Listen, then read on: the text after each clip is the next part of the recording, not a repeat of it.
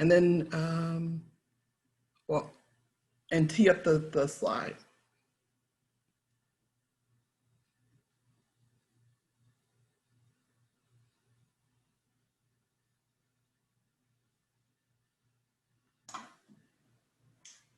Thank you, everyone, for joining us. Welcome to CNHED's Community Development Week for the Time is Now, Radical Reimagination of Black and Brown Corridors webinar.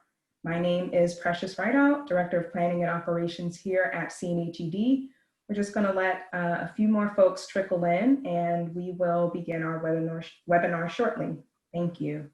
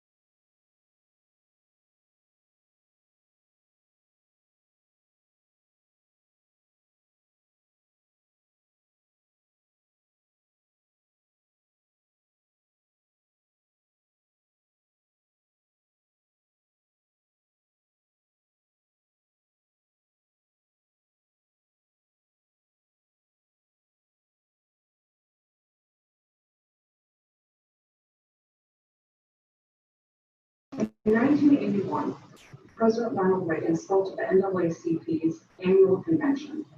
And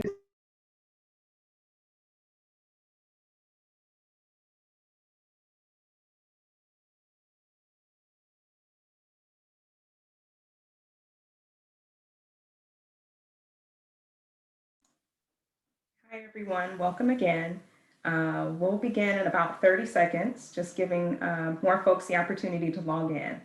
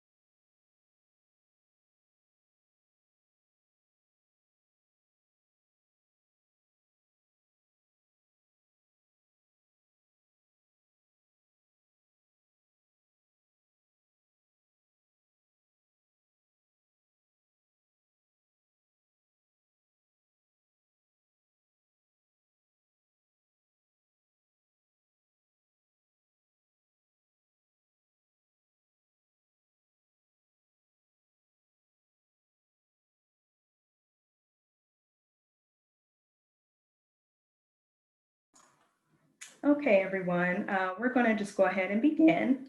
Thank you all for joining us during CNHED's Community Development Week, a community of resilient leaders. You have joined us for the Time is Now, Radical Reimagination of Black and Brown Corridors. My name is Precious Rideout from CNHED, and again, we're thankful that you joined us today. Just a few virtual housekeeping guidelines. This is a Zoom webinar, so you'll notice that your video is turned off as an attendee. You're also muted, and you will be muted for the entire webinar. We ask that if you have any questions for our panelists or as the conversation continues, please use the Q&A function at the bottom of your screen. Both the moderator and our panelists will be able to see them and answer questions as they integrated and folded into their conversation today. You may also see a raise hand function. We ask that you not use that. That's not going to mean too much to us as we're monitoring on the back end. So again, if you have a question, please feel free to drop it in the Q&A function. You are more than welcome, though, to use your chat function to chat with one another. You may even be able to answer one another's questions or offer suggestions as well. So to chat with one another, please go ahead and use the chat function. And to ask a question to our panelists, please use the Q&A function. Lastly, if you have any technical problems, please feel free to reach out to me, Precious Rideout, at prideout@cnhed.org. And with that, I am going to turn it over to our moderator and my colleague, Yvette Banfield, Vice President of Economic Development and Wealth Building Strategies. Hi, good afternoon, everyone. Thank you for joining us for this afternoon's virtual event. The time is now Radical Imagination of Black and Brown Corridors. This virtual event is part of Community Development Week, as Precious Rideout has indicated. It is our opportunity to recognize DC's community development leaders. And this year in particular, we are highlighting their resilience, especially in this moment. I just want to make a special plug before I begin to talk a little bit about this event this afternoon. If you haven't registered already, there's still time to register for our final plenary session or event, which is taking place tomorrow at I believe it's at noon, and we will drop a link in the chat.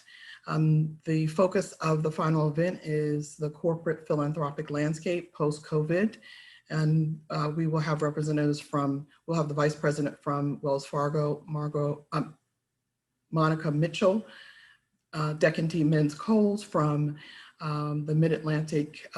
She's the Vice President for the Mid-Atlantic at JP Morgan Chase. And then finally, Robert Burns, who is the Senior Vice President for City Community Development. So we hope that you'll join us for that discussion.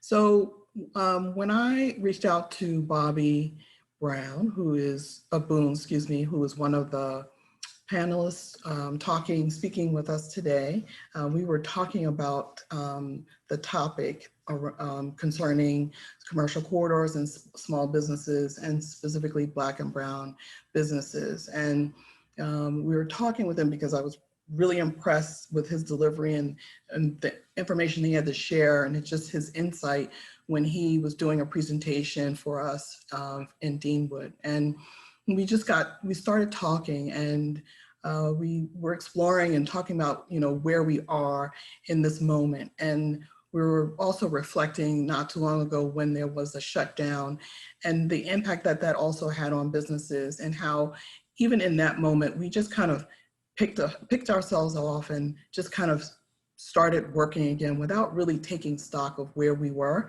and what really needed to happen on the ground so that businesses weren't so devastatingly impacted by crises. And so with that said, we said, you know what, here's a moment for us to begin to look at how we can better position our commercial corridors or our districts, but specifically Black and Brown businesses. And so in trying to figure out how to kind of shape this conversation, we're like, who's the best person that we could pair, that you would want to be paired with to have this dialogue? And he mentioned Christopher Coes, and so we reached out to him, and so we're delighted to have both of them to engage in a conversation today around this radical imagination of Black and Brown corridors.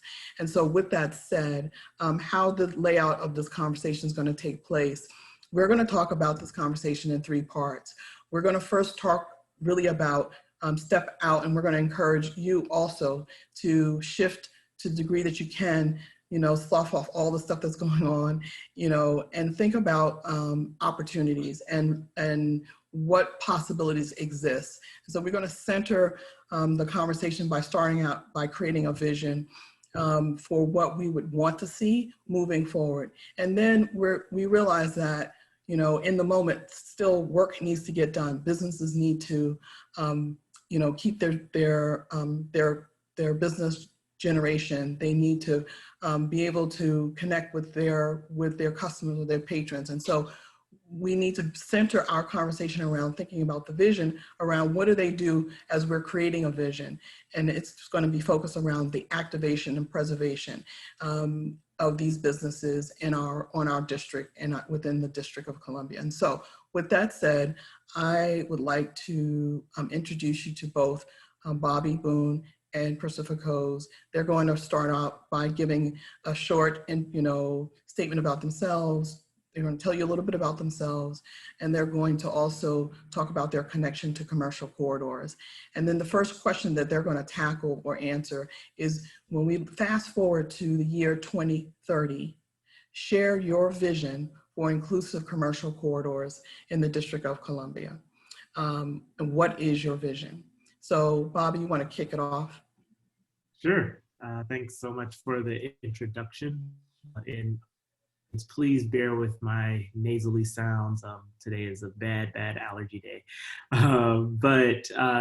So I am Bobby Boone. I started Access, which is a retail real estate consulting firm that's just very general. But I live at the intersection of entrepreneurship and the built environment, and understanding kind of how business owners, specifically minority-owned, majority, Black, Latinx, et cetera, activate corridors, and what are the challenges that they face in order to both initially locate there, as well as to sustain over time.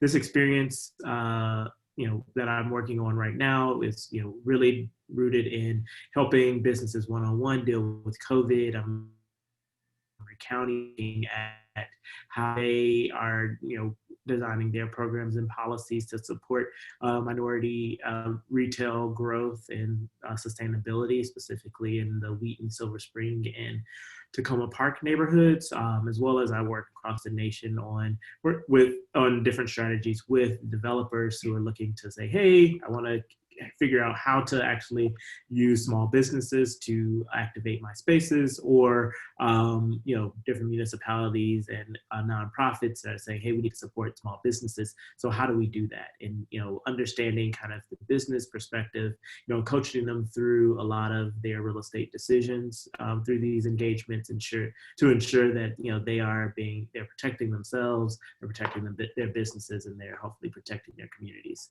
I met Christopher when I first started my career. He was actually one of my first bosses. I was at Locust as a fellow right out of grad school. I left him shortly thereafter, but to start at Street Sense, which is a consulting practice out of Bethesda, Maryland. But I'm very thankful to have him, and I hear he has some big news from Brookings recently. So I'll kick it over to him. Thank you, Bobby, and thank you, Yvette, for this invitation. And I think for those who are listening, when you have someone as dynamic and brilliant as Bobby, it's okay that they leave the nest so quickly. And because I think his record of the last, almost 10 years now is really shown his passion of helping Black and Brown businesses succeed. Again, I'm Christopher Coes. I serve as Vice President at Smart Group America, which is a DC-based organization. We work nationally to promote walkable urban and equitable communities across the country. In my role at Smart Group America, I manage our land use and development departments. I manage all of our real estate programs, including Locust, as Bobby pointed out, which is a national network of triple bottom line social impact investors and developers. In addition to my role at Smart Group America, I also serve on the board and serve as treasurer of a DC-based real estate group called the African American Real Estate Professionals, AREP. And so many of you may have attended our events, and I say, hey, continue. And as Bobby pointed out, I have just been named a senior fellow at Brookings, really focused on having this radical reimagination of how the real estate industry, including the investment class, can be better partners in creating more equitable communities, particularly for Black and Brown communities. And so with that, just in terms of my background, again, working in the land use development space, but in the last 3 years, actually last 5 years, I've been leading a number of initiatives nationwide. Most recently, we've been working with about a dozen cities across the country on opportunity zones and how to drive private capital to Black and Brown businesses. One of the reasons, me and Bobby just recently had a couple of conversations with folks with the city of New Orleans and Norfolk on this very topic. Also, we've been working increasingly on an academic standpoint of really understanding how the market is changing for retail, how the market is changing for other small businesses in walkable places, and the intersectionality between what's happening in terms of the talent. People want to be closer to certain types of retail, certain type of businesses, and increasingly it's businesses that are only managed by Black and Brown populations, and how to leverage those to is something we're really focused on. So with that, again, I thank you for the opportunity for this discussion, and I'm turning it back over to you, Beth. Okay, so great. So share with us, when you think about, because we were talking, we were saying, this date came in mind, year 2030, when we think about, the future of our districts and our corridors, if you can, rewrite the playbook moving forward, what would the vision look like from your vantage point? What would you want to see created? And think about it, don't be constrained in terms of what we know are the realities currently, but just share with us your vision, both of you. Whoever wants to start first, Bobby. Bobby. Sure. So, one of the things I immediately think about is, why I started my firm. People often ask me, why did you decide to, go on your own and not work for someone else? One of the things I realized was a gap kind of in the market was, all right, how are we establishing Black business districts such as, the Black Wall Streets that were in Atlanta and Tulsa and DC and New York and all these other major metropolitan areas across the nation that really understands the opportunity to circulate Black wealth, back into the community, from many aspects. And what did that look like, and how did that contribute to the community fabric in which I think we had previously that continues to kind of disintegrate because of kind of so many different voices and things that are occurring, which is not necessarily a negative thing, but when you think about, all right, what is community development long term? How can we really push a narrative of like, all right, it's okay to be insular within your communities in some aspects, but it's, also accept diversity. And so how can we celebrate, some of these insular communities that have historically been marginalized and, underinvested and so many other words that we can use in order to describe this. But now let's take that opportunity. Let's do that. Let's, continue to change our consumer behaviors to match the neighborhoods that we actually want to create, instead of, going across town to purchase, all of the, national name brand products, and that, really kind of doesn't necessarily resonate with the community in which people say they want kind of in a day-to-day basis. So, my vision is, what is the new Black Wall Street? What does it look like? What does it feel like? Who are the tenants? How does that really contribute to community? How does that contribute to the self-actualization, I would say, of Black and Brown people across the nation?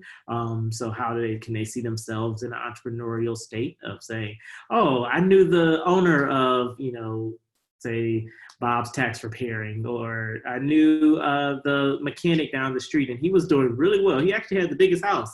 Like, you know, and understanding that there are so many avenues to wealth generation that exist outside of what's been prescribed by some of the educational system around, you know, specifically on white collar jobs, or, you know, only jobs within technology. Yes, I'm not saying don't go for those if that's your interest, but there are also needs of the community that can be just profitable as well.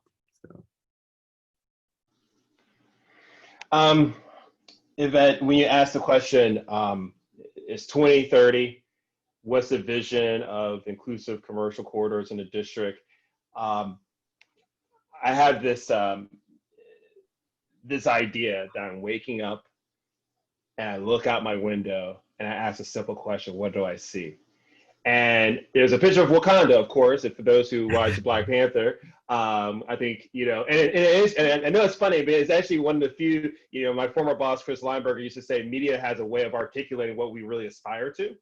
And I look at that and I said, okay, we all saw that picture of like, oh, this blissful, metropolitan area of Blackness and brown and intersecting. You had everyone, you know, you saw the different classes. What did it look like? And if you had to do an analysis, an analytics of what Wakanda look like in DC by 2030, I think it will look like this.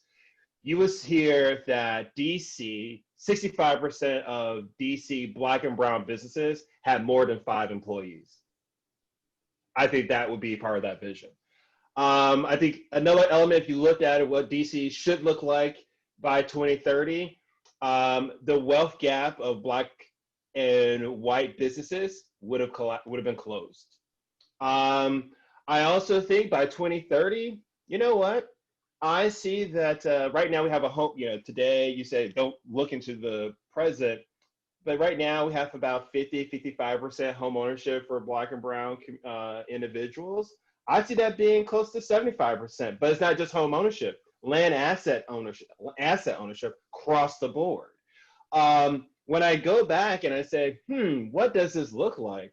That you actually have not just little Ethiopia disappearing or the Black Harlem of the U streets and the A streets disappearing, but there are many more that are popping up throughout the city. And I think the way if I walk through the streets of DC in 2030, there would be some billboard, perhaps at the intersection of 14th and U, somewhere in Brooklyn, maybe even in Georgetown. And it would read, DC is the best city for Black business expansion. That's my vision. That's what I see when I look into the future. I like that vision. I like that vision. So how do we make that a reality? Yeah, I mean, I think Chris hit one of the nails on the head with ownership. You know, why, you know, if we are going to get there, it takes a lot more wealth to, you know, be able to, you know, have assets, buy assets, and then continue to grow those businesses. And so thinking about, you know, who owns the land, who owns the businesses, who owns the, you know, supply chain systems, the networks, who owns, you know, the banks, all of the key players within kind of retail, restaurant success, that really matters. You know, a lot of the systems that, you know, are designed by the owners today are currently limiting because they aren't designed for the scenarios in which we are facing day in and day out. So whether that's, you know, access to capital, or, you know, it's like, oh, well, I know I don't have, you know, 35% of my business worth in equity, you know, ready right here on the table so I can, you know, have some collateral for my loan. No, I can't do that, you know, but I want still to compete for this contract that can get me there.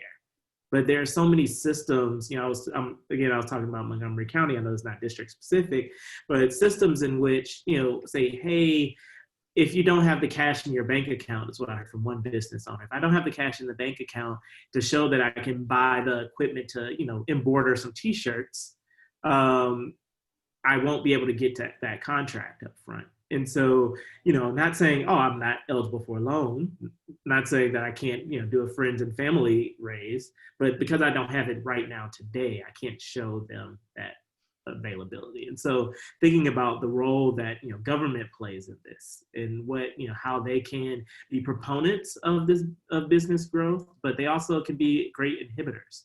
And so thinking, you know, being very intentional about all the decisions that are made and how capital flows out from the government specifically, as well as flows it throughout the district among the private market, in order to say, actually, let's take a $5 a square foot discount on this space because we want to believe in this business that may not be able to afford us today, but we know it's something that's unique in this neighborhood, and oh, maybe he'll have the entire market share. Maybe we can, you know, figure out a percentage rent deal up front. You know, these are things, you know, very kind of complicated terminology and theories that could be associated, but, you know, all of that really goes back to the sales of the customer. And so it's like, you know, hey, if customers are, you know, buying, you know, patronizing Black and brown businesses across the spectrum, you know, I'm not necessarily saying that place is not for me.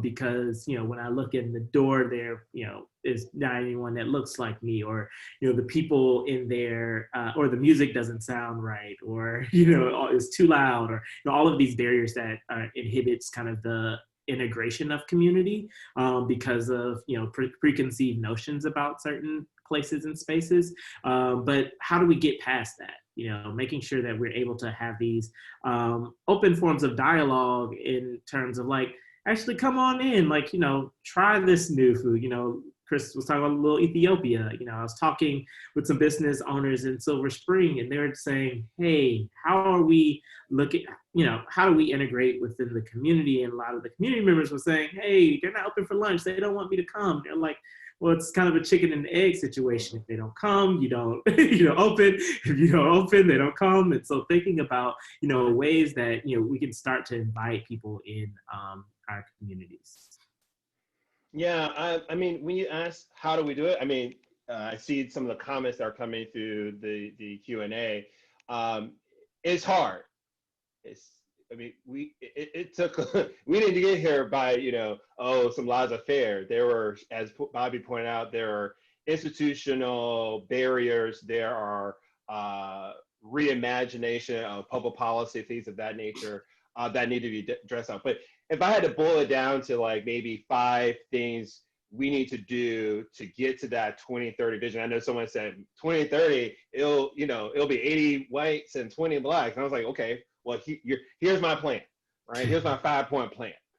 First and foremost, I think in many ways, the number one step that the community development system has to own and literally say, you know, no more. We have to preserve and protect what we've already gained. You know, you talk about the story during COVID-19 where you had Ben Shillebo, one of the prize, you know, small businesses that figure out a way to scale out, how they were at a point where like, hey, we don't know if we can make it. We may not be able to get a PPP loan. We have to be able to protect the institutions that we have, the business that we have. So that's number one, preserve and protect. And that also is not just this current small business, because as you know, across the country, we're seeing massive bankruptcies amongst Black and brown. So what does that mean? We need to demand from the DC government, as well as our federal partners, more resources dedicated to preserve and protect our current institutions. So that's number one. Now, if we can preserve and protect, we're also honoring the past sacrifices that our forefathers and those who were fighting on the street, we have to protect the latter. Now, from there, I think there's a conversation about, there's a direct connection based on literature between consumers and business. We already know that. Right now, it's also a direct correlation between Black businesses and Black consumers. If Black consumers are closer to Black businesses, they're more likely to frequent them because of proximity. In DC today, we have 165,000 Black millennials. Black millennials. I'm not going to go up or down. Black millennials between the ages of 25 and 40 who make over $100,000 and pay more in rent than the average mortgage in DC. 165,000 Black millennials. If we figure out a way through public policy, as well as using some new innovations that we're seeing in terms of home ownership and this asset ownership.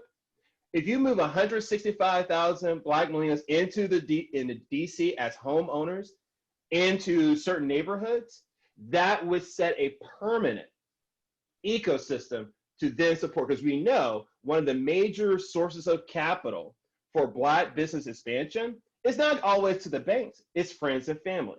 And what do normally people use? The equity in their homes, or particularly from a public policy standpoint, when you're living in communities that are walkable, meaning you have more discretionary income, you're able to pay for higher things and invest in other things.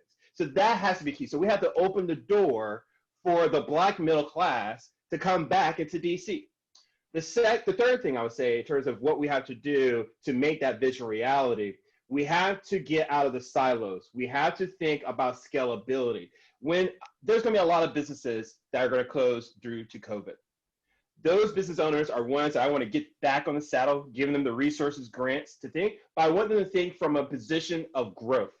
A lot of the businesses that you look in DC, and this is across the country, that are primarily sole proprietors or one employees. If we can get more Black businesses to be in the growth markets, and Bobby already identified those, retail, certain like health-based retail, things of that nature, tech and others, and there's some food industry and so forth, but from a position of high growth, that is going to be key. And we in community development have to think about our business practices that structure our technical assistance, our grant making, and even our public policy advocacy towards that.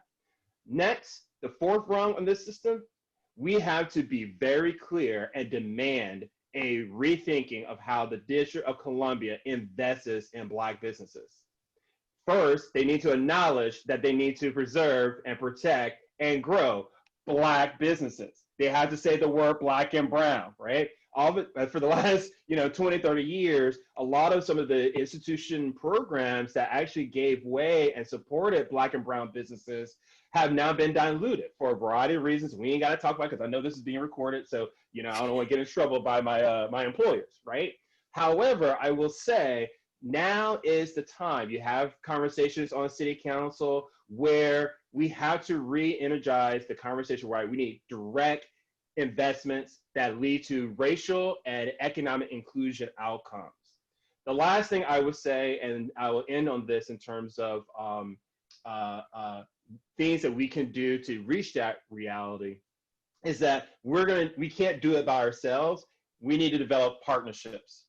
And one of the things I'm constantly amazed by is how weak our partnerships among ourselves is, right? Amongst the existing ecosystem, as well as partnerships to the larger ecosystem who want to invest in Black and brown businesses, whether it's philanthropy, whether it's major employer institutions, they're having these conversations too.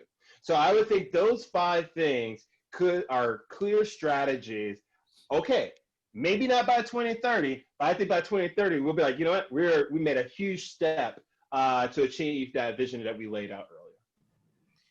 One of the things, Go ahead. One of the things I was adding, I talk to my mom, of course, a lot, but she grew up in Birmingham, Alabama, and she was, saying, grew up, born in the 1950s, and saying, hey, this is probably the most hopeful she's felt about, race movement in the United States since she's been alive. And, that was really encouraging, because I am oftentimes in spirals of depression because of, police brutality and all the things that you have to deal with. But, saying that there's an economic case now, seemingly, that people have finally stopped, listened, and say, oh, I don't have to scream anymore, because you actually can hear us. You can see what's happening on the ground. It's not only with our lives, but also with our businesses, and how there's a consistent system that continues to ensure that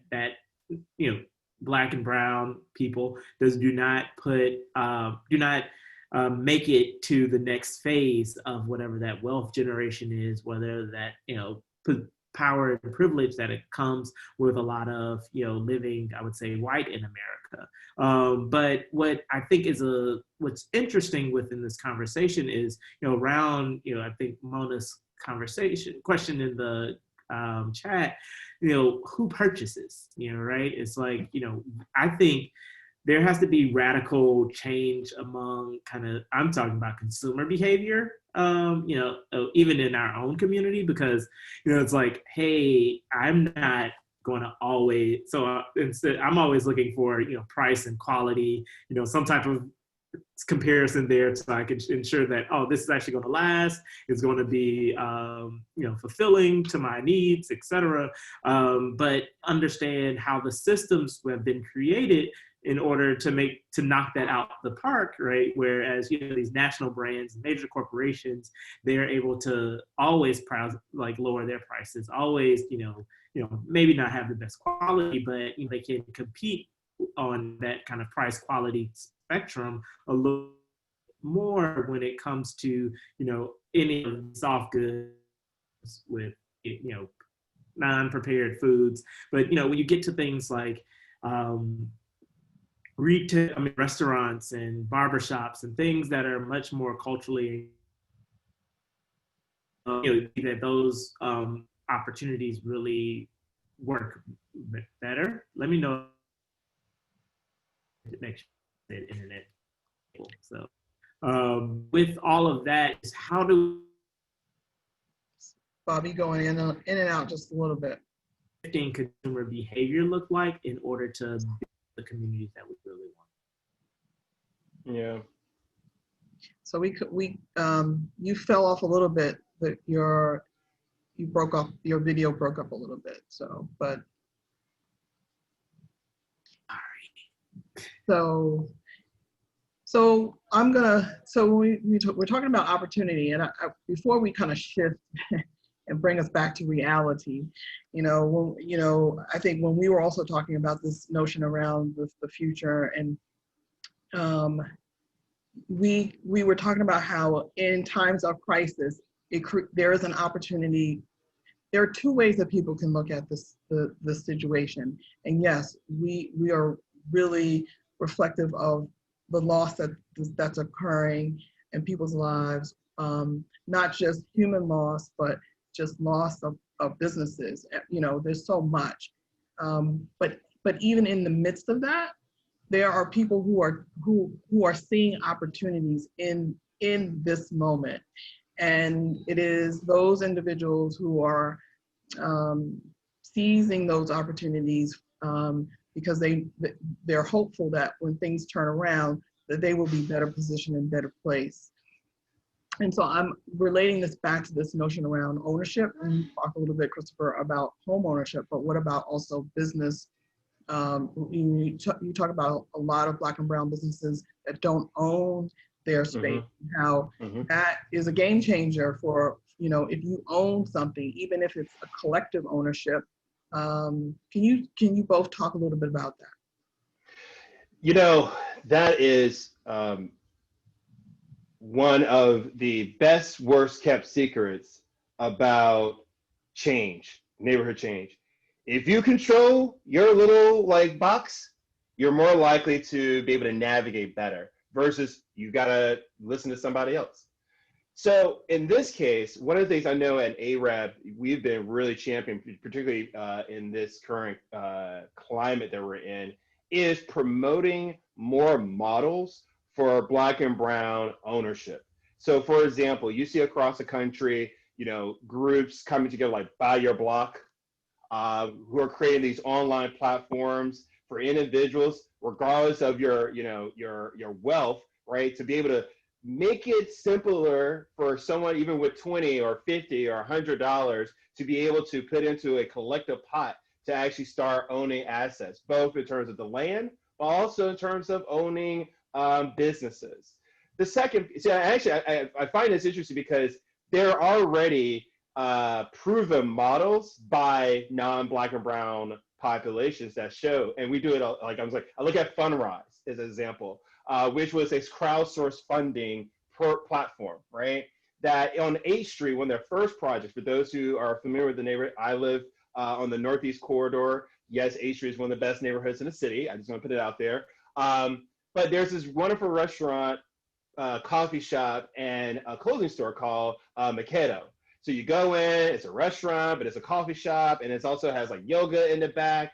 It started with like about 1,000 people contributing about a couple $100 each to buy the space.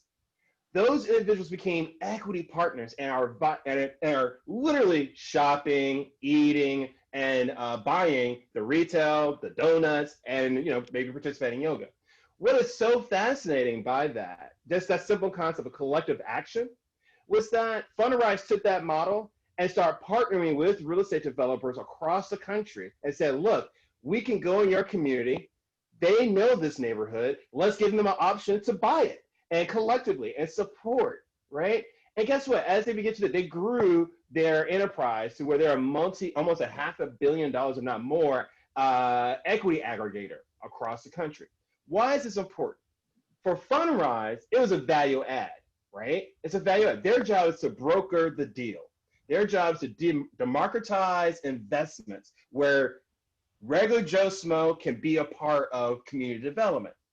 In the Black and Brown community development space, our version of the Fundrise is GoFundMe. Hey, I have a gap. Can you provide me some free money? One of my key elements of my points of my plan is that we got to change our concept. Change the concept from just free money, subsidy, but think about it from a growth standpoint.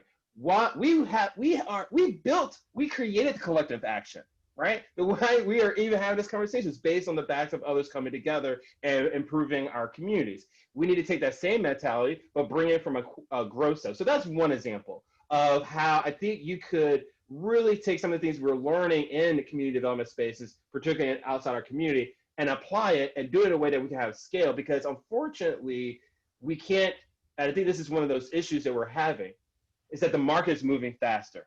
The market is moving faster. And DC, there's going to be an argument. You can make an argument that maybe there's a lower ceiling for us in DC.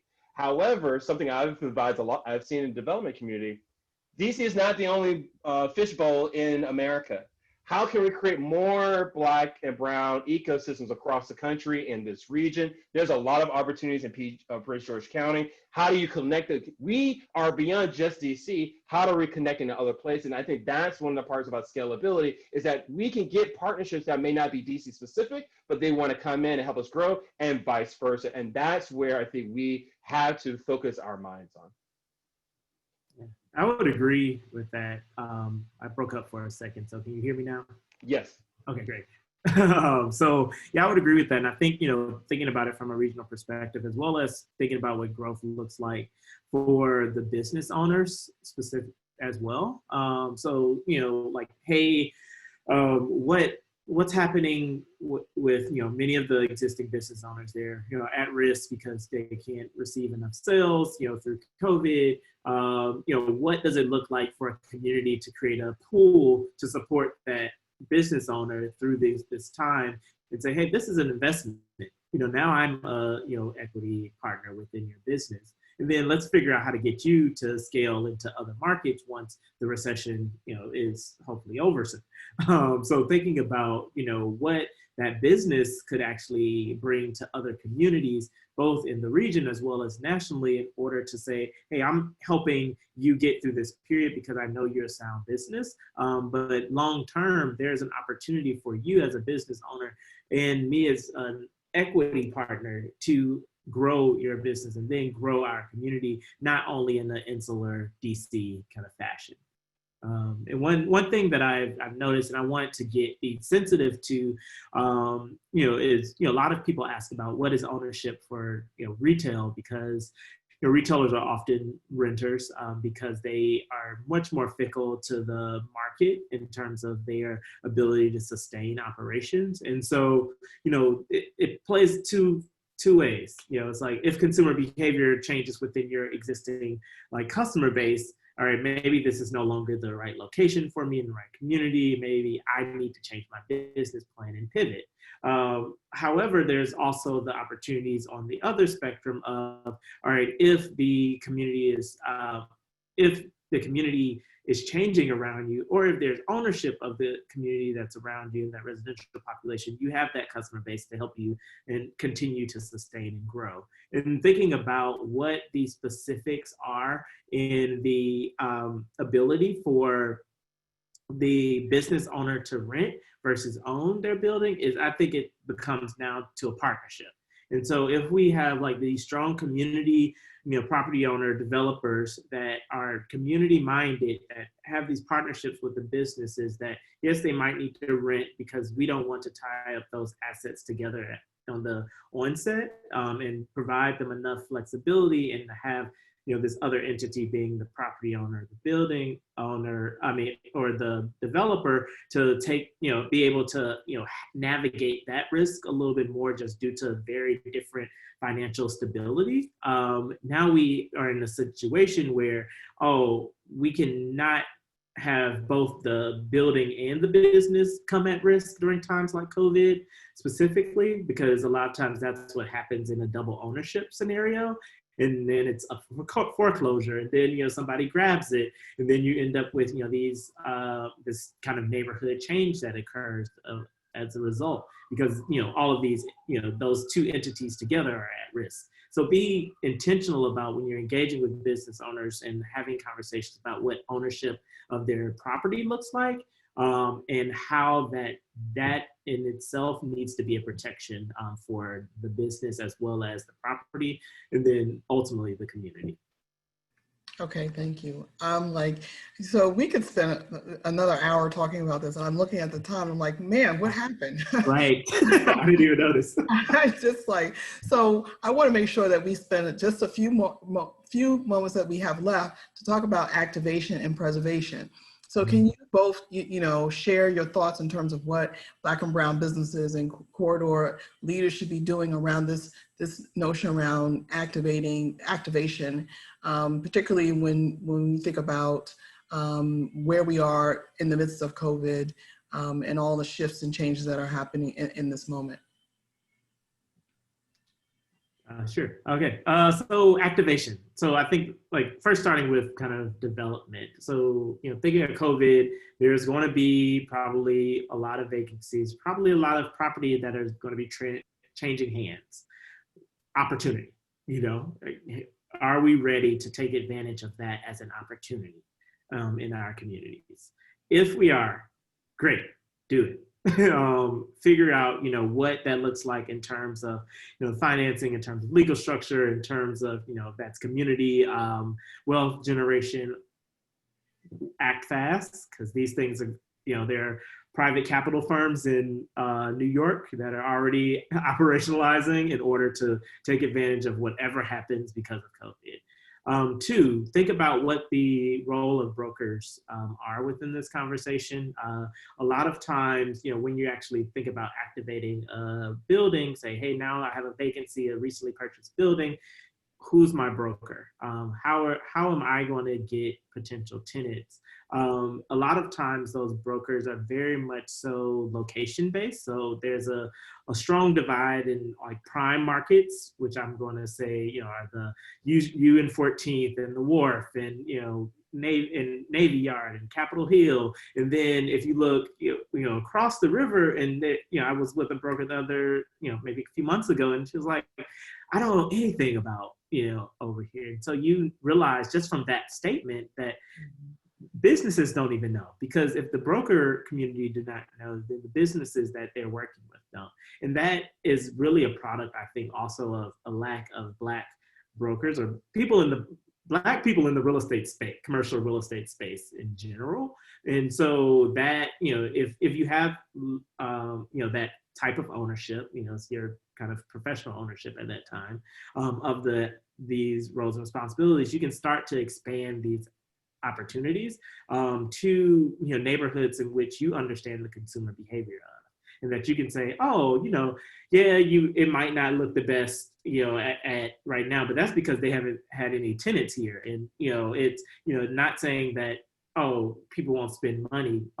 They always go to U Street, so why wouldn't they? If you have a substantial, great opportunity offering over here, and how do we, come comfortable with, going back into our communities, and then thinking about if the community can actually like come in and help with that scenario, because a lot of times community members know, oh, you know, Chris had a great bar, you know, at his house. He always making great cocktails. He's actually a licensed bartender, been working at, you know, one of the big hotels downtown, and, you know, hundreds of thousands of dollars a year in bar sales, and thinking about, now can I translate that into a concept here, and actually activating the community based upon that. And so thinking and making sure that we're driving those connections between what could exist and what our community assets are. Christopher? I was just going to add, ditto to everything Bobby just said. I also, you know, one of the things that I am constantly reminded about Black and Brown people, my people, is that we're resilient. And while it's true, there are going to be a lot of these conversations, but like even now, I mean, I have a number of friends on my Instagram who are doing Black business pop-ups in their backyard so they can allow people to social distance and shop. And I think about that in a sense of what's one clear strategy we need. We need to ramp the grassroots entrepreneur system up. And really, because a lot of times, you know, we get lost in like, okay, these technical things, and it's like the building and assets. And sometimes we forget we are human, and we're trying to sell goods to one another and try, in this day and age, create an experience that people feel connected to and provides value add. Right now, we're in an experience economy. And there's nothing greater than a Black and Brown experience right now. There are people spending millions, if not billions of dollars to be around, associate, be in proximity to the Black and Brown culture and experience. And I say that to say, we have to, in many ways, reduce the level of barriers for commerce. And I think one of the things that we have to figure out, and this is what I mentioned before, is that, you know what? It's that ripple effect. You know, you throw a rock in the lake once, the ripple's kind of like spreader. But like if you keep doing it, it kind of builds on itself. And I think that's the piece that we are in. And Bobby, you said it best. We are in a moment of opportunity. The stars, the moon, the planets have aligned for us to build a bridge to the future. It's going to require us to take some of the existing strategies that we've done, which is, as Bobby pointed out, how do we buy the building, how we own it, how we manage, how we negotiate tenant leasing, how we bring in technology, all those things. But I also reminded, you know what? It also could just be us just flooding the market with our talent. And like my friends who are hosting in their backyards, that in of itself is community development activity. But oftentimes we forget about that. We also forget about that, hey, turns out, you know, there's one of the things I saw on A Street. Again, these are among Black and Brown businesses along with their white allies. They're like, let's co-host our space. You got an outdoor space, so listen, we do Tuesday and Wednesdays. We'll bring in revenue. We'll share that, right? There's this moment of like, well, maybe we just need to think about how we can work together. And it's not gonna be every like-minded, has to be with like-mind. So I guess I would end on the idea of COVID-19. You know, I see people wearing, you know, are you wearing Black and Brown masks made by Black and Brown hands, right? I think we have to use the very trademark that is our people as a selling point. And I think that's not loud enough. I look at Newark, the city of Newark, under their mayor, and they're very intent on using every lever of city government as well as community groups to say, we're going to advance Black and Brown businesses, Black and Brown opportunity, Black and Brown wealth creation. We have to be intentional about that. I think we can do that here. So we got 5 minutes, so I want to use every minute that we have left. So we didn't talk about preservation. You kind of hinted at it when you talked about, you know, grassroots, do whatever we can, because that's preserving Black commerce, it's preserving Black businesses, whether it's retail or, you know, micro businesses. You know, when you think about the ecosystem, because the ecosystem exists to be able to support businesses and Black and Brown businesses, what's needed? What's not being provided to, you know, we know that a lot of people are in this space and working hard and to help businesses, but what is needed in this moment that you're not seeing?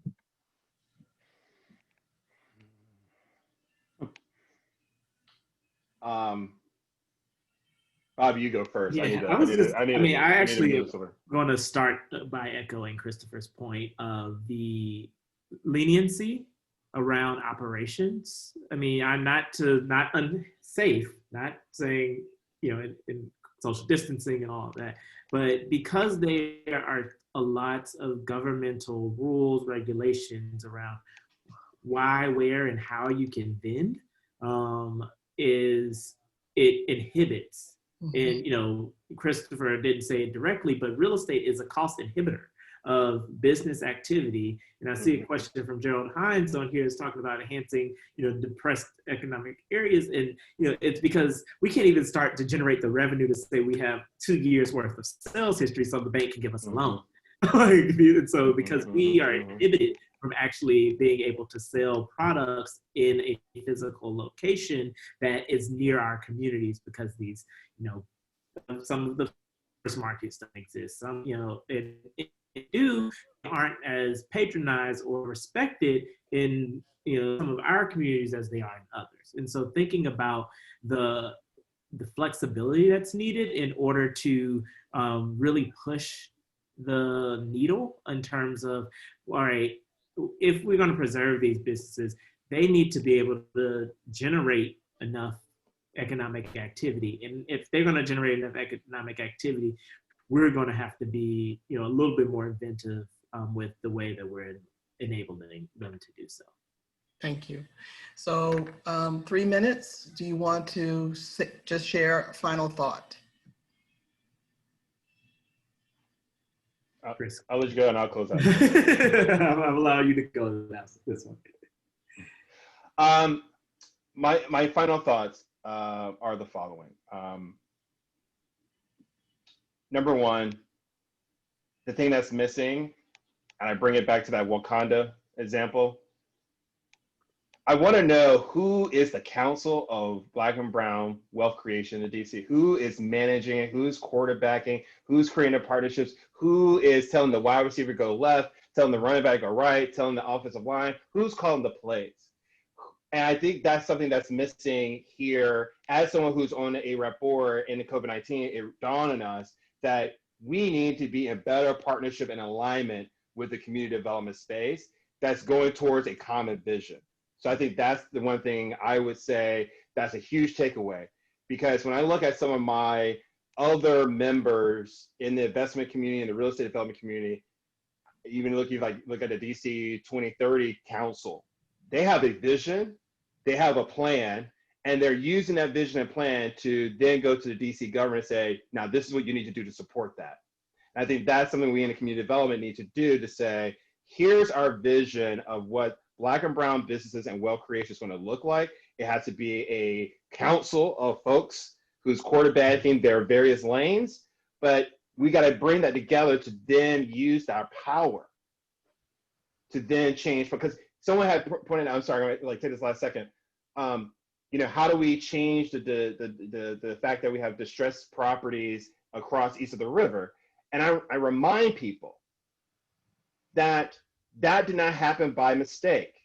For 60 plus years, DC and most metropolitan areas across the country had what was called a favored corridor, where majority of state, local, federal dollars went to support education opportunities, wealth creation opportunities, all.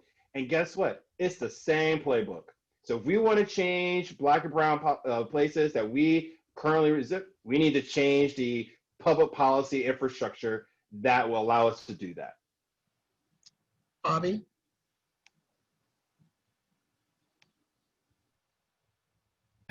In addition to organizer, I think it's the creativity, like uninhibited creativity.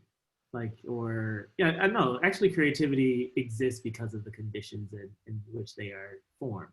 And so more being able to actually test, try, and execute the solutions. And I think that, definitely relies on a system in place in order to do so.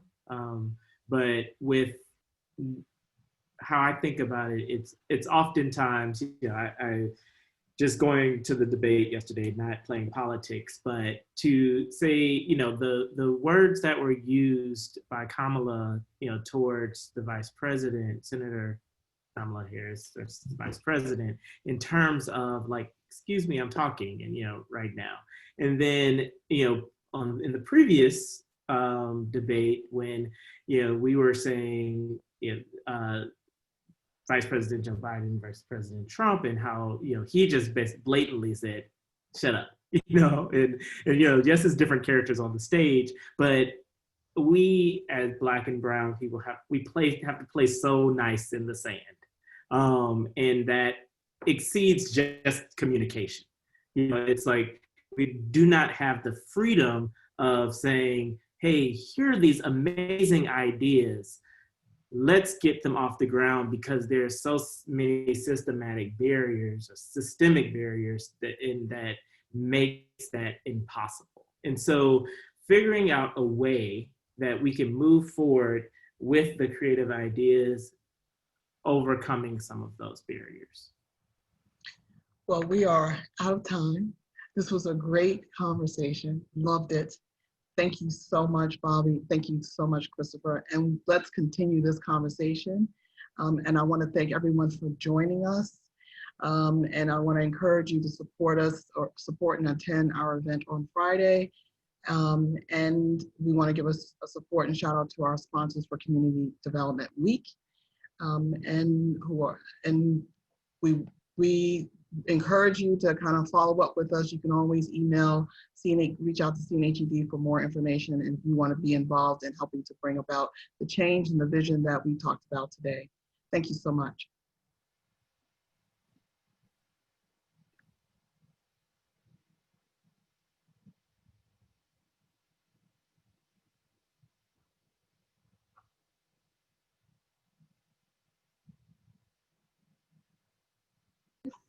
Hey, Yvette. Okay. Is everybody gone?